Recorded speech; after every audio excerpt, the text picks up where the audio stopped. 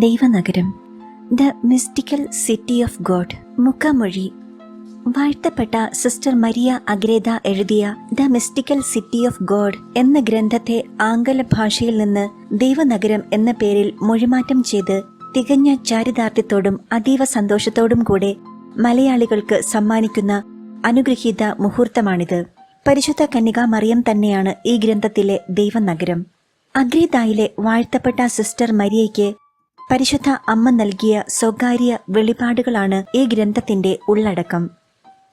2162 പേജുകളിലായാണ് the mystical city of God എന്ന ഗ്രന്ഥം ആദ്യമായി സ്പാനിഷ് ഭാഷയിൽ പ്രസിദ്ധീകരിച്ചത്.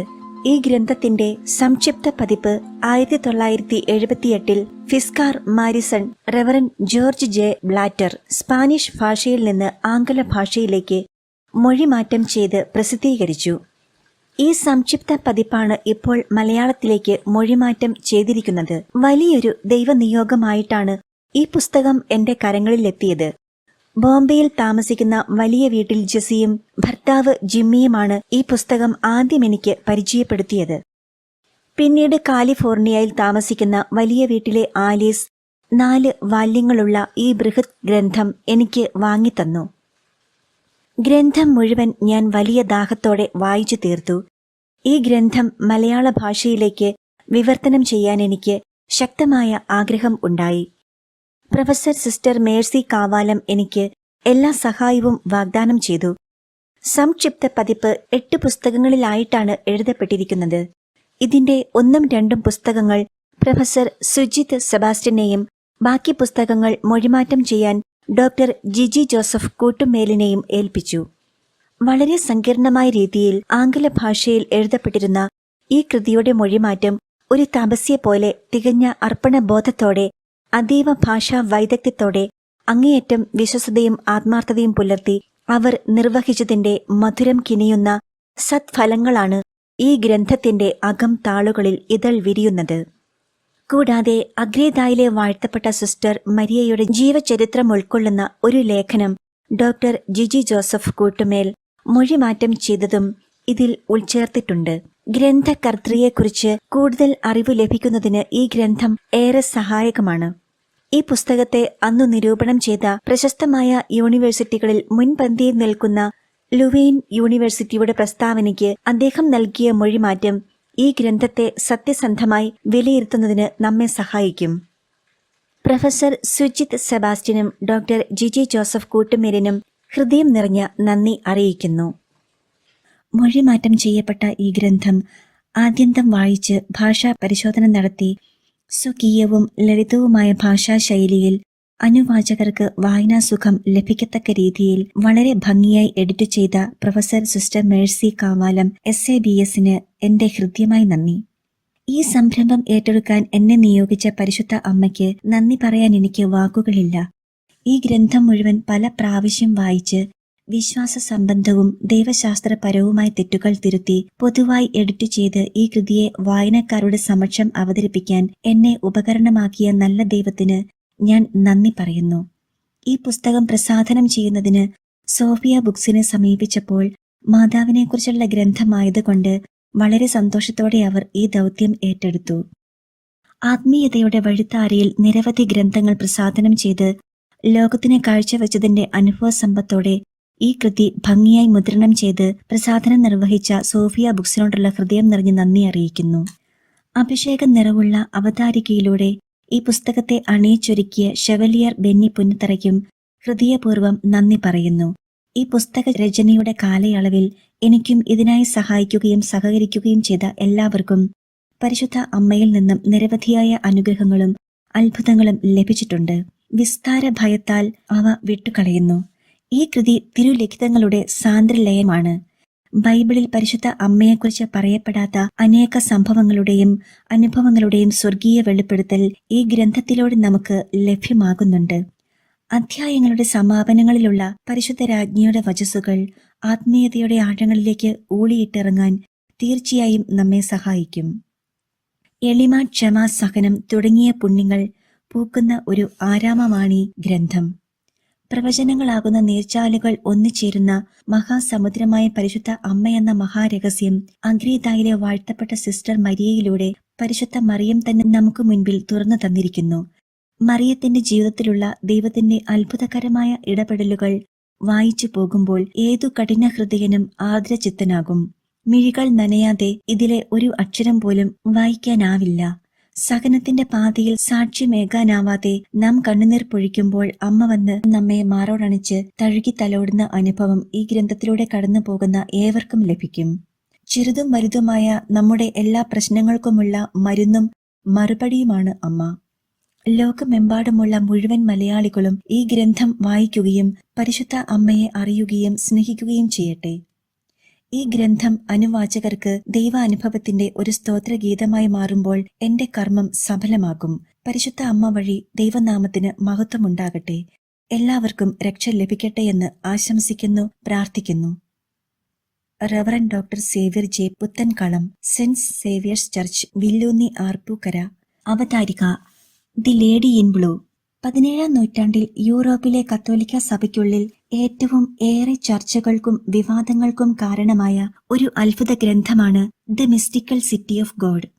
ഈ പുസ്തകം രചിച്ച അഗ്രേദായിലെ വാഴ്ത്തപ്പെട്ട മരിയയുടെ ജീവിതമാകട്ടെ അതിനേക്കാളേറെ അത്ഭുതകരവും ചർച്ചാ വിഷയവും ആയിരുന്നു. 1621 മുതൽ യുഎസിലെ ടെക്സസ്, ന്യൂ മെക്സിക്കോ പ്രദേശങ്ങളിൽ എത്തിച്ചേർന്ന സ്പാനിഷ് മിഷണറിമാർ കുരിശുമായി അവരെ സ്വീകരിക്കാനെത്തിയ ആദിവാസികളെ കണ്ട് അത്ഭുതപ്പെട്ടു. കാരണം ആ പ്രദേശങ്ങളിൽ ഇതുവരെയും യൂറോപ്യന്മാരായ മിഷണറിമാരോ മറ്റ് ആളുകളോ എത്തിച്ചേർന്നിട്ടില്ലായിരുന്നു. പരസ്പര ബന്ധമില്ലാതെ ഒറ്റപ്പെട്ടു കഴിയുന്ന വിവിധ ആദിവാസി സമൂഹങ്ങൾ. കത്തോലിക്ക ആരാധനാക്രമം, പ്രാർത്ഥനകൾ എല്ലാം ഗോത്രഭാഷയിൽ അവർക്കിടയിൽ അനുഷ്ഠിക്കപ്പെടുന്നു. നിങ്ങൾ എങ്ങനെ ഇതെല്ലാം പഠിച്ചു? ആരാണ് ഇതെല്ലാം പഠിപ്പിച്ചത് എന്ന ചോദ്യത്തിന് പലയിടങ്ങളിലായുള്ള വ്യത്യസ്ത ഗോത്രങ്ങൾ ഒരേ ഉത്തരം നൽകി. നീലക്കുപ്പായം ധരിച്ചെത്തുന്ന സ്ത്രീ പഠിപ്പിച്ചു. ആകാശത്തു നിന്നും മേഘങ്ങൾക്കിടയിലൂടെ ഇറങ്ങിവരുന്ന നീലവസ്ത്രധാരിണിയായ ഒരു സ്ത്രീ അനേക വർഷങ്ങളായി അവരെ സന്ദർശിച്ചുകൊണ്ടിരിക്കുകയായിരുന്നു. അവരെ പുതിയ വിശ്വാസത്തെക്കുറിച്ച് പഠിപ്പിക്കുക മാത്രമല്ല, വെളുത്ത വർഗക്കാരായ മനുഷ്യർ പിൽക്കാലത്ത് അവിടെ എത്തുമ്പോൾ അവരെ സ്നേഹത്തോടെ സ്വീകരിക്കണമെന്നും അവർ വിശ്വാസത്തിൽ വളരാൻ തങ്ങളെ സഹായിക്കുമെന്നും ഉദ്ബോധിപ്പിച്ചിട്ടുണ്ടായിരുന്നു. ഇന്നത്തെ US സ്റ്റേറ്റുകളായ ടെക്സസ്, ന്യൂ മെക്സിക്കോ, കാലിഫോർണിയ തുടങ്ങിയ പ്രദേശങ്ങൾ ഉൾപ്പെടുന്ന ന്യൂ സ്പെയിനിന്റെ കസ്റ്റോഡിയൻ ആയിരുന്ന ഫാദർ അലൻസോ ദെ ബെനവിറ്റ്സ് ഈ വിചിത്രമായ വാർത്തയുടെ അടിസ്ഥാനം കണ്ടെത്താൻ തീരുമാനിച്ചുറച്ചു. ദരിദ്ര ക്ലാര സഹോദരി, ഓർഡർ ഓഫ് പുവർ ക്ലേഴ്സ് സഹോദരിമാരുടെ സമൂഹാംഗങ്ങൾ നീലക്കുപ്പായമാണ് അക്കാലത്ത് ഉപയോഗിച്ചിരുന്നത്. റെഡ് ഇന്ത്യൻ വംശജരെ സന്ദർശിച്ചുവെന്ന് പറയുന്ന അത്ഭുത വനിത നീലവസ്ത്രധാരിണിയാണ്. അതുകൊണ്ട് ഒരു ദരിദ്ര ക്ലാര സന്യാസിനിയുടെ ചിത്രം കാണിച്ചുകൊണ്ട് അദ്ദേഹം ചോദിച്ചു, ഇതാണോ നിങ്ങൾ പറയുന്ന നീലക്കുപ്പായം ധരിച്ച സ്ത്രീ? അവർ ഒരേപോലെ പ്രതിവചിച്ചു, അല്ല, ഈ സ്ത്രീയല്ല ഞങ്ങളെ സന്ദർശിച്ചത്, പക്ഷേ കുപ്പായം ഇതുപോലെ തന്നെയാണ്. ചിത്രത്തിലെ സ്ത്രീ തടിച്ചതും പ്രായം കൂടിയവളുമാണ്. എന്നാൽ ഞങ്ങളെ സന്ദർശിച്ച സ്ത്രീ ചെറുപ്പക്കാരിയും അതീവ സൗന്ദര്യമുള്ളവളുമാണ്. ഫാദർ ബെനവിറ്റ്സ് തന്റെ അന്വേഷണം തുടർന്നു. ആദിവാസികൾ പറയുന്നത് സത്യമാണെങ്കിൽ നീലക്കുപ്പായം ധരിച്ച സ്ത്രീ ഒരു പുവർ ക്ലെയർ സന്യാസിനിയാണ്. പക്ഷേ ദരിദ്ര ക്ലാര സന്യാസിനികൾ ആവൃത്തിക്കുള്ളിൽ തന്നെ ജീവിക്കുന്നവരാണ്. സന്യാസ വ്രത സ്വീകരണ ദിവസം മുതൽ മരിച്ച് മൃതശരീരം സംസ്കാരത്തിനായി പുറത്തിറക്കുന്ന ദിവസം വരെ അവർ പൊതുവെ കോൺവെന്റ് വിട്ട് പുറത്തിറങ്ങാറില്ല. ഇനിയൊരു ദരിദ്ര ക്ലാര സഹോദരി ഏതെങ്കിലും വിധത്തിൽ ന്യൂ സ്പെയിനിൽ എത്തിച്ചേർന്നിട്ടുണ്ടാകുമോ? അങ്ങനെ വന്നു ചേർന്നാൽ പോലും ആയിരക്കണക്കിന് കിലോമീറ്റർ വിസ്തൃതിയിൽ വ്യാപിച്ചു കിടക്കുന്ന റെഡ് ഇന്ത്യൻ സമൂഹങ്ങളിൽ കാടുകളും പുഴകളും കടന്ന് അവർ എങ്ങനെ യാത്ര ചെയ്ത് എത്തും? എങ്ങനെ ആദിവാസികളുടെ വ്യത്യസ്തമായ ഭാഷകൾ മനസ്സിലാക്കി അവരെ പഠിപ്പിക്കും? യൂറോപ്പിൽ നിന്നും ആരും അറിയാതെ എങ്ങനെയാണ് ഒരു കന്യാസ്ത്രീ ഇതുവരെയും ആരും കടന്നു ചെല്ലാത്ത ഈ ദേശത്തേക്ക് യാത്ര ചെയ്യുക? ഫാദർ ബെനവിറ്റ്സ് സ്പെയിനിലെ സഹവൈദികർക്ക് ഇങ്ങനെയൊരു കത്തെഴുതി. പ്രിയ സഹോദര വൈദികരെ, വിചിത്രമായ ഒരു സംഭവം ഇവിടെ നടന്നുകൊണ്ടിരിക്കുന്നു. ദരിദ്ര ക്ലാര സമൂഹത്തിലെ ഒരു കന്യാസ്ത്രീ ഈ പ്രദേശങ്ങളിൽ അലഞ്ഞു നടന്ന് സുവിശേഷം പ്രസംഗിക്കുന്നുണ്ട്. പരസ്പര ബന്ധമില്ലാതെ ഒറ്റപ്പെട്ടു കഴിയുന്ന റെഡ് ഇന്ത്യൻ ഗോത്ര സമൂഹങ്ങളിലെ വ്യത്യസ്തമായ ഭാഷകൾ ആ സ്ത്രീക്കറിയാം. ആദിവാസികൾക്ക് അവരുടെ മാതൃഭാഷയിൽ തന്നെയാണ് ആ കന്യാസ്ത്രീ വിശ്വാസ പരിശീലനം നടത്തുന്നത്. ഇതുമായി ബന്ധപ്പെട്ട് എന്തെങ്കിലും വിവരങ്ങൾ സ്പെയിനിൽ ലഭ്യമാണെങ്കിൽ അറിയിക്കുമല്ലോ. സ്പെയിനിലെങ്ങും ഇതൊരു ചർച്ചയായി. അന്വേഷണങ്ങളും അതോടൊപ്പം ആരംഭിച്ചു. അങ്ങനെ അഗ്രേതായിലെ ദരിദ്ര ക്ലാര സഹോദരിമാരുടെ മഠത്തിലും ഒരാളെത്തി അന്വേഷിച്ചു. ന്യൂ സ്പെയിനിൽ ആദിവാസികളോട് സുവിശേഷം പ്രസംഗിക്കുന്ന ഒരു സിസ്റ്ററിനെ കുറിച്ച് നിങ്ങൾക്കെന്തെങ്കിലും അറിയാമോ? മദർ സുപ്പീരിയർ സിസ്റ്റർ മരിയ ഉത്തരം പറഞ്ഞു. ഞാൻ തന്നെയാണ് ആ സിസ്റ്റർ. ആഗതൻ സംശയത്തോടെ ചോദിച്ചു, അതെങ്ങനെ സംഭവിക്കും? മദർ ഇതുവരെയും ഈ കോൺവെന്റിന്റെ മതിൽക്കെട്ടിന് പുറത്തിറങ്ങിയിട്ടില്ലല്ലോ. ശരിയാണ്, ശരീരം കൊണ്ട് ഞാൻ പുറത്തു പോയിട്ടില്ല. എന്നാൽ ആത്മാവിൽ ഞാൻ വിദൂര ദേശങ്ങളിൽ സഞ്ചരിക്കാറുണ്ട്. 1621 മുതൽ 1631 വരെ സിസ്റ്റർ മരിയ മിക്കപ്പോഴും പ്രാർത്ഥനാവേളകളിൽ ആത്മാവിൽ ലയിച്ചു പോകാറുണ്ടായിരുന്നു. ഈ സമയത്തുണ്ടാകുന്ന വിചിത്രമായ സ്വപ്നം പോലെയുള്ള അനുഭവങ്ങൾ അവർ സമൂഹത്തിൽ പങ്കുവച്ചിരുന്നു.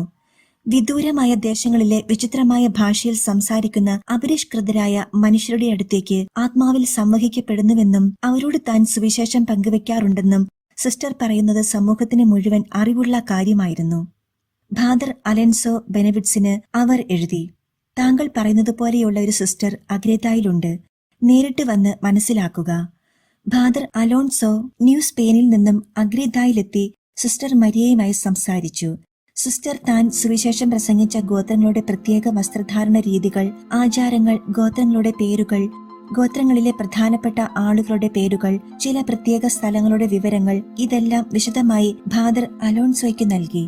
അദ്ദേഹം തിരിച്ച് ന്യൂ മെക്സിക്കോയിലെത്തി സിസ്റ്റർ പറഞ്ഞതെല്ലാം ശരിയാണെന്ന് പരിശോധിച്ച് ഉറപ്പിച്ചു.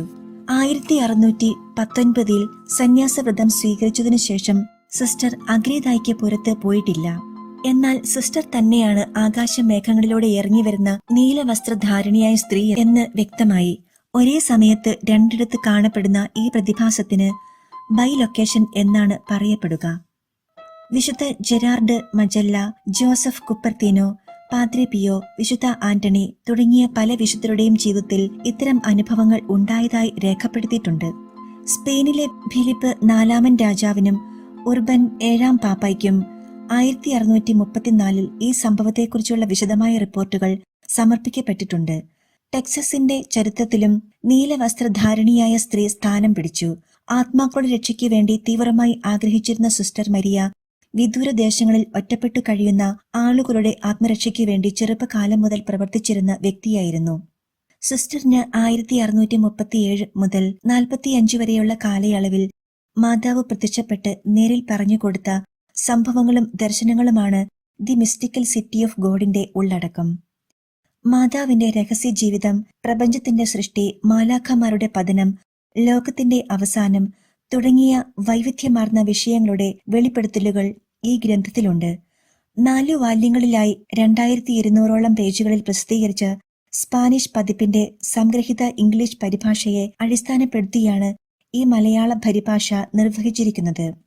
ഈ ഗ്രന്ഥത്തിന്റെ പ്രസിദ്ധീകരണത്തിന് നേതൃത്വം കൊടുത്ത റെവറൻഡ് ഡോക്ടർ സേവ്യർ ജെ പുത്തൻകളം തീർച്ചയായും മലയാളി ക്രൈസ്തവ സമൂഹത്തിന് വലിയൊരു സേവനമാണ് ചെയ്തിരിക്കുന്നത്.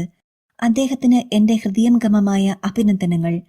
1ഉം 2ഉം പുസ്തകങ്ങൾ പ്രൊഫസർ സുജിത് സെബാസ്റ്റ്യനും, 3, 4, 5, 6, 7, 8 പുസ്തകങ്ങൾ ഡോക്ടർ ജിജി ജോസഫ് കൂട്ടുമേലും വിവർത്തനം ചെയ്തിരിക്കുന്നു. Professor sister Mercy Kavalam SABS ആണ് എഡിറ്റിംഗ് നിർവഹിച്ചിരിക്കുന്നത്. റെവറൻഡ് ഡോക്ടർ സേവ്യർ ജെ പുത്തൻകളം ഭാഷാപരവും വിശ്വാസപരവും ദൈവശാസ്ത്രപരവുമായ കാഴ്ചപ്പാടോടെ ഗ്രന്ഥത്തെ മുഴുവനായും വിലയിരുത്തുകയും ആവശ്യമായ തിരുത്തലുകൾ വരുത്തുകയും പൊതുവായി എഡിറ്റ് ചെയ്യുകയും ചെയ്തിരിക്കുന്നു. 1665 മരിച്ച അഗ്രേതായിലെ വാഴ്ത്തപ്പെട്ട മരിയയുടെ ശരീരം 350 വർഷങ്ങൾക്കു ശേഷവും ഒട്ടും അഴുകാതെ ജീവനുള്ളതുപോലെ നിലനിൽക്കുന്നു. ഈ അമൂല്യമായ ഗ്രന്ഥത്തിലൂടെ വിശുദ്ധയുടെ ആത്മീയതയും വീരോചിത ജീവിതവും ഇന്നും വിശ്വാസികൾക്കുള്ള പ്രചോദനമായി ശോഭിക്കുകയും ചെയ്യുന്നു. ഈ സ്വകാര്യ വെളിപാടുകൾ എല്ലാ വായനക്കാരുടെയും ആത്മീയ ജീവിതത്തെ പരിപോഷിപ്പിക്കുന്നതിന് സഹായകമായി തീരട്ടെ എന്ന് ആശംസിക്കുന്നു. പരിശുദ്ധ ദൈവമാതാവിന്റെയും അവിടുന്ന് പ്രത്യേകം തിരഞ്ഞെടുത്ത അഗ്രേതായിലെ വിശുദ്ധ മരിയയുടെയും അനുഗ്രഹങ്ങൾ ഈ ഗ്രന്ഥത്തോടൊപ്പം ഇത് വായിക്കുന്നവരുടെ ജീവിതങ്ങളിലെല്ലാം പ്രസരിക്കട്ടെ എന്ന് പ്രാർത്ഥിച്ചുകൊണ്ട് ഷെവലിയർ ബെന്നി പുന്നത്തറ. ഭാഗം 1, പുസ്തകം 1-2. പ്രപഞ്ച സൃഷ്ടിയും പരിശുദ്ധ അമ്മയുടെ തിരുജനനവും. അധ്യായം 1. എന്തുകൊണ്ട് മറിയത്തിന്റെ ജീവിതം ദൈവം നമ്മുടെ ഈ നാളുകളിൽ വെളിപ്പെടുത്തി? മറിയത്തിന്റെ ജീവിതത്തെ 3 ഭാഗങ്ങളായി തിരിച്ചിരിക്കുന്നു. മറിയത്തിന്റെ ജീവിതത്തിലെ ആദ്യ 15 വർഷങ്ങൾ, അവളുടെ അമലോത്ഭവം മുതൽ നിത്യതയുടെ വചനം മറിയത്തിന്റെ കന്യോദരത്തിൽ മാംസം ധരിക്കുന്നതുവരെയുള്ള നിമിഷങ്ങൾ 1-ാം ഭാഗത്ത് ഉൾപ്പെട്ടിരിക്കുന്നു. മനുഷ്യ അവതാര രഹസ്യവും മിശിഹായുടെ സമ്പൂർണ്ണ ജീവിതവും അവിടുത്തെ പീഡാസഹനവും കുരിശുമരണവും സ്വർഗാരോഹണവും 2-ാം ഭാഗത്ത് വർണ്ണിച്ചിരിക്കുന്നു. മിശിഹായോടൊത്തുള്ള പരിശുദ്ധ മറിയത്തിന്റെ വാസവും അവൾ അവിടുത്തേക്ക് വേണ്ടി ചെയ്തിട്ടുള്ളവയും ഈ ഭാഗത്ത് പ്രത്യേകമായി പ്രതിപാദിച്ചിരിക്കുന്നു. 3-ാം ഭാഗത്തിൽ പ്രസാദവരനാഥയുടെ ഏകാന്തവാസം, രക്ഷകനായ ക്രിസ്തുവിന്റെ സൗഹൃദം നഷ്ടപ്പെട്ട അവസ്ഥ, സ്വർഗാരോഹണം, സ്വർഗരാജ്ഞിയായുള്ള മുടിചൂടിക്കൽ, പിതാവിന്റെ പുത്രി, പുത്രന്റെ അമ്മ, പരിശുദ്ധാത്മാവിന്റെ മണവാട്ടി എന്നീ നിലകളിലുള്ള ജീവിതവും ഉൾപ്പെടുന്നു. ഈ 3 ഭാഗങ്ങളെ ഉപയോഗത്തിന് സൗകര്യാർത്ഥം 8 ഉപപുസ്തകങ്ങളായി തിരിച്ചിരിക്കുന്നു. ഇവ എന്നും രാവും പകലും എന്റെ ഇച്ഛയുടെ പ്രചോദനവും എന്റെ ധ്യാനവുമാണ്. ഈ സ്വർഗീയ ചരിത്രം ഞാൻ എഴുതിയ കാലഘട്ടത്തെപ്പറ്റി അല്പം പറയട്ടെ. എന്റെ പിതാവ് ബ്രദർ ഫ്രാൻസിസ് കൊറോണയും മാതാവ് സിസ്റ്റർ കാതറിൻ ഡി അരനയും ആയിരുന്നു. എന്റെ പിതാവിന് ദൈവത്തിൽ നിന്നു ലഭിച്ച ആജ്ഞയും അമ്മയ്ക്ക് ലഭിച്ച ദർശനങ്ങളും വെളിപ്പാടും അനുസരിച്ച് സ്വഭവനത്തിൽ അമലോത്ഭവ മാതാവിന്റെ നിഷ്പാതുക സന്യാസിനികളുടെ മഠം സ്ഥാപിച്ചു. പ്രസ്തുത ഭവനം സ്ഥാപിതമായത് 1619 ജനുവരി മാസം 13-ാം തീയതി രാക്കുളി പെരുന്നാളിന്റെ ആഴ്ചയിലാണ്. അതേ ദിവസം തന്നെ എന്റെ 2 സഹോദരിമാരും സഭാവസ്ത്രം സ്വീകരിച്ചു. എന്റെ പിതാവ് സെയിന്റ് ഫ്രാൻസിസിന്റെ സഭയിൽ അഭയം തേടി.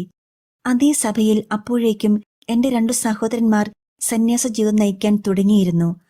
അവിടെ അദ്ദേഹം സന്യാസ വസ്ത്രം സ്വീകരിച്ച് വ്രതം ചെയ്യുകയും മാതൃകാപരമായ ജീവിതം നയിച്ച് പരിശുദ്ധമായ മരണം വരിക്കുകയും ചെയ്തു. എന്റെ അമ്മയും ഞാനും 1620 ഫെബ്രുവരി 2-ന് പരിശുദ്ധ രാജ്ഞിയുടെ ശുദ്ധീകരണ തിരുനാളിൽ ശിരോവസ്ത്രം സ്വീകരിച്ചു. മറ്റൊരു മകളുടെ വ്രതവാഗ്ദാനം പ്രായക്കുറവ് മൂലം വൈകി. സർവശക്തനായ ദൈവം ഞങ്ങളുടെ ജീവിതത്തിലേക്ക് കോരിച്ചൊരിഞ്ഞ അനന്തമായ നന്മകൾ നിമിത്തം സന്യാസ ജീവിതത്തിലൂടെ ഞങ്ങളെയെല്ലാവരെയും ദൈവത്തിന് സമർപ്പിക്കാൻ കൃപ ലഭിച്ചു. ഈ മഠം സ്ഥാപിച്ചതിന്റെ 8-ാം വർഷം, എന്റെ 25-ാം വയസ്സിൽ, നമ്മുടെ കർത്താവിന്റെ 1627-ാം വർഷത്തിൽ പരിശുദ്ധമായ അനുസരണത്താൽ അയോഗ്യയായ ഞാൻ മഠാധിപയായി ചുമതലയേറ്റെടുത്തു. അത്യുന്നതനായ ദൈവവും പരിശുദ്ധ രാജ്ഞിയും അവളുടെ പരിശുദ്ധ ജീവിതത്തെക്കുറിച്ച് എഴുതാനുള്ള ചുമതല ഞാൻ ഏറ്റെടുത്ത ആദ്യ 10 വർഷങ്ങളിലേക്ക് ധാരാളം ആജ്ഞകൾ നൽകിക്കൊണ്ടിരുന്നു. 1637-ൽ ഞാൻ ആദ്യമായി എഴുതാൻ തുടങ്ങി. ആ സമയം മുതൽ ഭയവും സംശയവും എന്നെ ഗ്രസിക്കാൻ ആരംഭിച്ചു. അതിനാൽ ഞാൻ പലപ്പോഴും ദൈവിക ആജ്ഞകളെ നിരാകരിച്ചു കൊണ്ടിരുന്നു. എഴുത്തു പൂർത്തിയായപ്പോൾ എന്റെ സ്ഥിരം കുമ്പസാരക്കാരന്റെ അഭാവത്തിൽ വന്ന മറ്റൊരു കുമ്പസാരക്കാരനോട് എന്നെ ഗ്രസിച്ചിരിക്കുന്ന ഭയത്തിനും സംശയങ്ങൾക്കും ഉപദേശം ആരാഞ്ഞു. സ്ത്രീകൾ സഭയിൽ എഴുതാൻ പാടില്ല എന്നതാണ് അദ്ദേഹം എനിക്കു നൽകിയ ഉപദേശം. അതനുസരിച്ച് ഈ ചരിത്രം മാത്രമല്ല, വളരെ പ്രധാനപ്പെട്ടതും രഹസ്യാത്മകതയുള്ളതുമായ വിഷയങ്ങളും ഞാൻ കത്തിച്ചു കളഞ്ഞു. അദ്ദേഹത്തിന്റെ ഉപദേശങ്ങൾ അനുസരിച്ച് പ്രവർത്തിച്ചെങ്കിലും സ്ഥിരം കുമ്പസാരക്കാരനിൽ നിന്നും അധികാരികളിൽ നിന്നും എനിക്ക് വളരെയേറെ ശകാരങ്ങൾ ഏൽക്കേണ്ടി വന്നു. ഭീഷണിപ്പെടുത്തിയും ശകാരിച്ചും ഈ ചരിത്രം എന്നെക്കൊണ്ട് വീണ്ടും എഴുതിക്കുന്നതിന് അവർ നിർബന്ധിച്ചു. ഒപ്പം സർവശക്തനായ ദൈവവും പരിശുദ്ധ രാജ്ഞിയും അവരുടെ ആജ്ഞകൾ ആവർത്തിച്ചുകൊണ്ടിരുന്നു. ഞാൻ അവ അനുസരിക്കുകയും ദൈവകൃപയാൽ 1655 ഡിസംബർ 8-ാം തീയതി ഈ ചരിത്രമെഴുത്ത് പുനരാരംഭിക്കുകയും ചെയ്തു. അങ്ങയുടെ രാജത്വത്തിലും മഹത്വത്തിലും ശ്രേഷ്ഠതയിലും ഇക്കാര്യങ്ങൾ ബുദ്ധിമാന്മാരിൽ നിന്നും വിവേകികളിൽ നിന്നും മറച്ച് തയുടെ സുവിശേഷം 11:25. അങ്ങയുടെ സഭയിലെ ഏറ്റവും നീചകൃമിയായ ഈ എളിയ ദാസിക്ക് ഈ മഹത് രഹസ്യങ്ങൾ വെളിപ്പെടുത്തിയതിനാൽ അങ്ങാണ് ഈ ചരിത്രത്തിന്റെ ആധികാരിക രചയിതാവ്. ഞാൻ അങ്ങയുടെ അശക്തയായ ഉപകരണം മാത്രം. അതിനാൽ ഞാൻ അങ്ങയെ മഹത്വപ്പെടുത്തുന്നു. ഈ സത്യം ഏറ്റുപറയുന്നു. സ്വർഗത്തിൽ വലിയ ഒരടയാളം കാണപ്പെട്ടു. സൂര്യനെ ഉടയാടയാക്കിയ ഒരു സ്ത്രീ, അവളുടെ പാദങ്ങൾ കടിയിൽ ചന്ദ്രൻ, ശിരസിൽ 12 നക്ഷത്രങ്ങൾ കൊണ്ടുള്ള കിരീടം. വെളിപ്പാട് 12:1. സ്വർഗീയ ദൂതന്മാർ എന്നോട് സംസാരിച്ചു. ഇതാണ് അനുഗ്രഹീതയായ ആ സ്ത്രീ. വെളിപ്പാടിൽ വിശുദ്ധ യോഹന്നാൻ ദർശിച്ചവൾ. അവളിൽ രക്ഷയുടെ അത്ഭുതകരമായ രഹസ്യങ്ങൾ നിക്ഷേപിക്കപ്പെട്ടിരിക്കുന്നു, മുദ്ര ചെയ്യപ്പെട്ടിരിക്കുന്നു. ഞങ്ങൾ ദേവദൂതന്മാർ പോലും ആശ്ചര്യഭരിതരാകത്തക്ക വിധം അത്യുന്നതനും സർവശക്തനുമായ ദൈവം അത്രമാത്രം ഈ എളിയവളെ അനുഗ്രഹിച്ചിരിക്കുന്നു. അവളുടെ സവിശേഷ അധികാരത്തെ സ്നേഹിക്കുക, മഹത്വപ്പെടുത്തുക.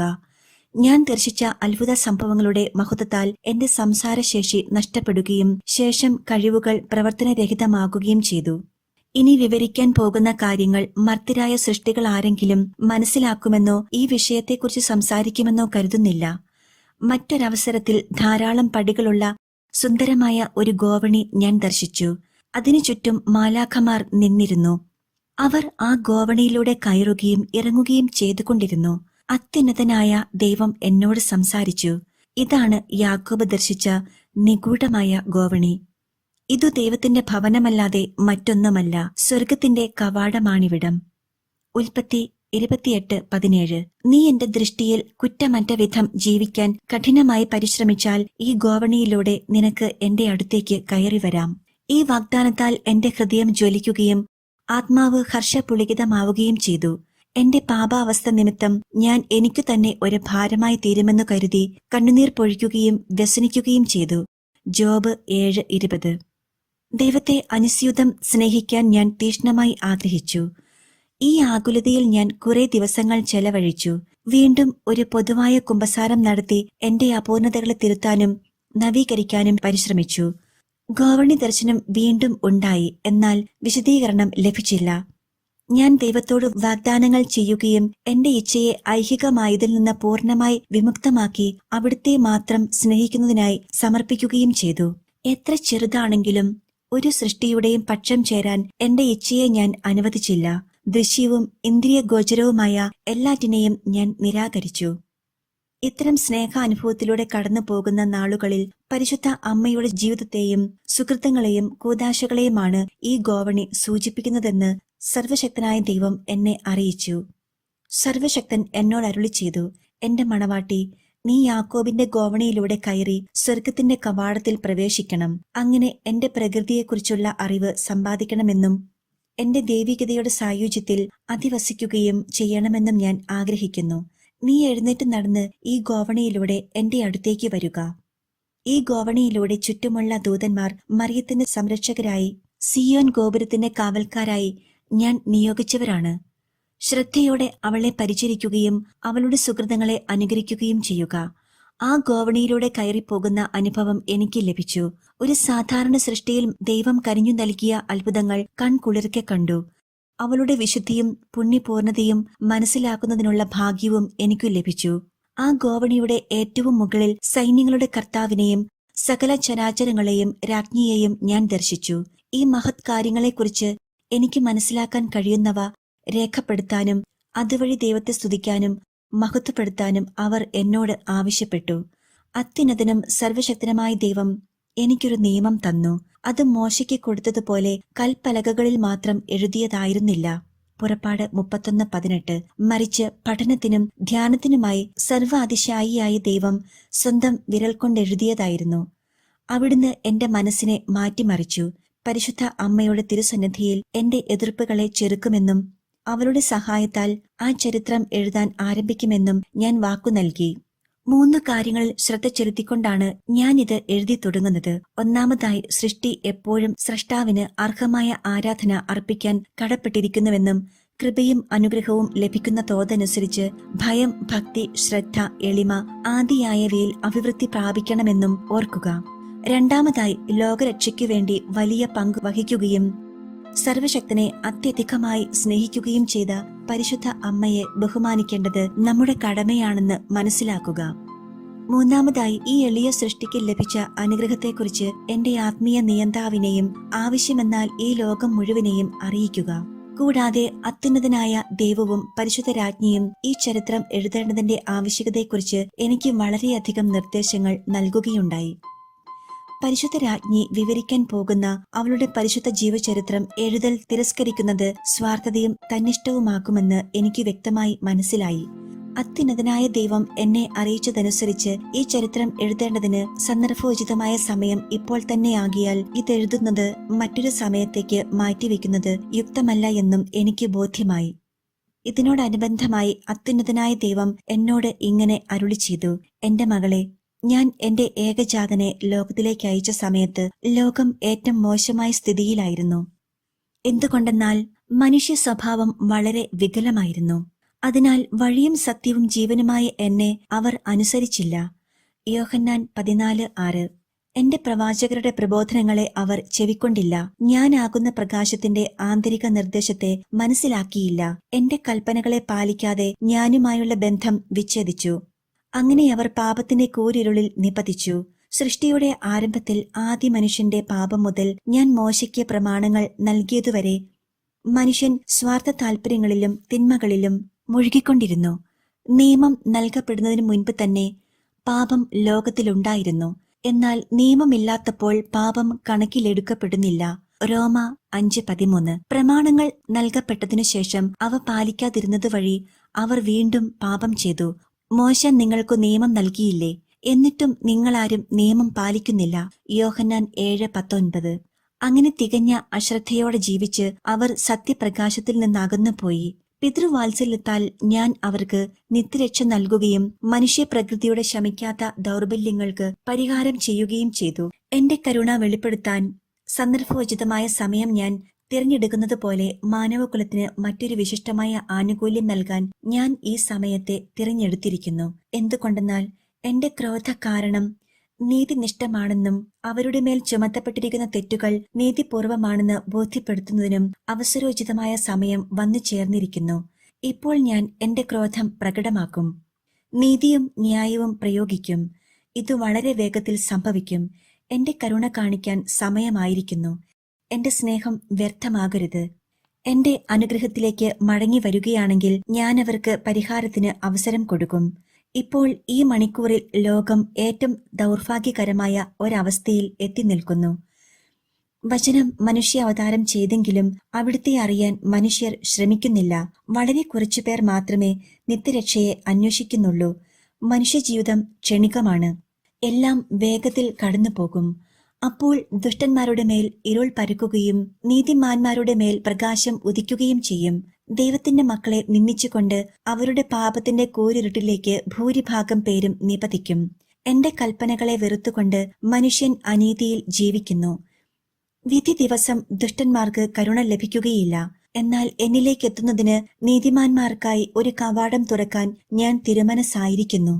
അവരുടെ മനോനേത്രങ്ങളെ തുറക്കുന്നതിനുതകുന്ന പ്രകാശത്തെ അവർക്കു നൽകാൻ ഞാൻ ആഗ്രഹിക്കുന്നു. എന്റെ കൃപാകടാക്ഷം പുനഃസ്ഥാപിക്കാനുള്ള പരിഹാരമാർഗം ഞാൻ അവർക്കു നൽകും. ഇതു കണ്ടെത്തുന്നവർ സന്തോഷിക്കും. ഇതിന്റെ വില മനസ്സിലാക്കുന്നവർ ആത്മാവിൽ ധനികരാകും.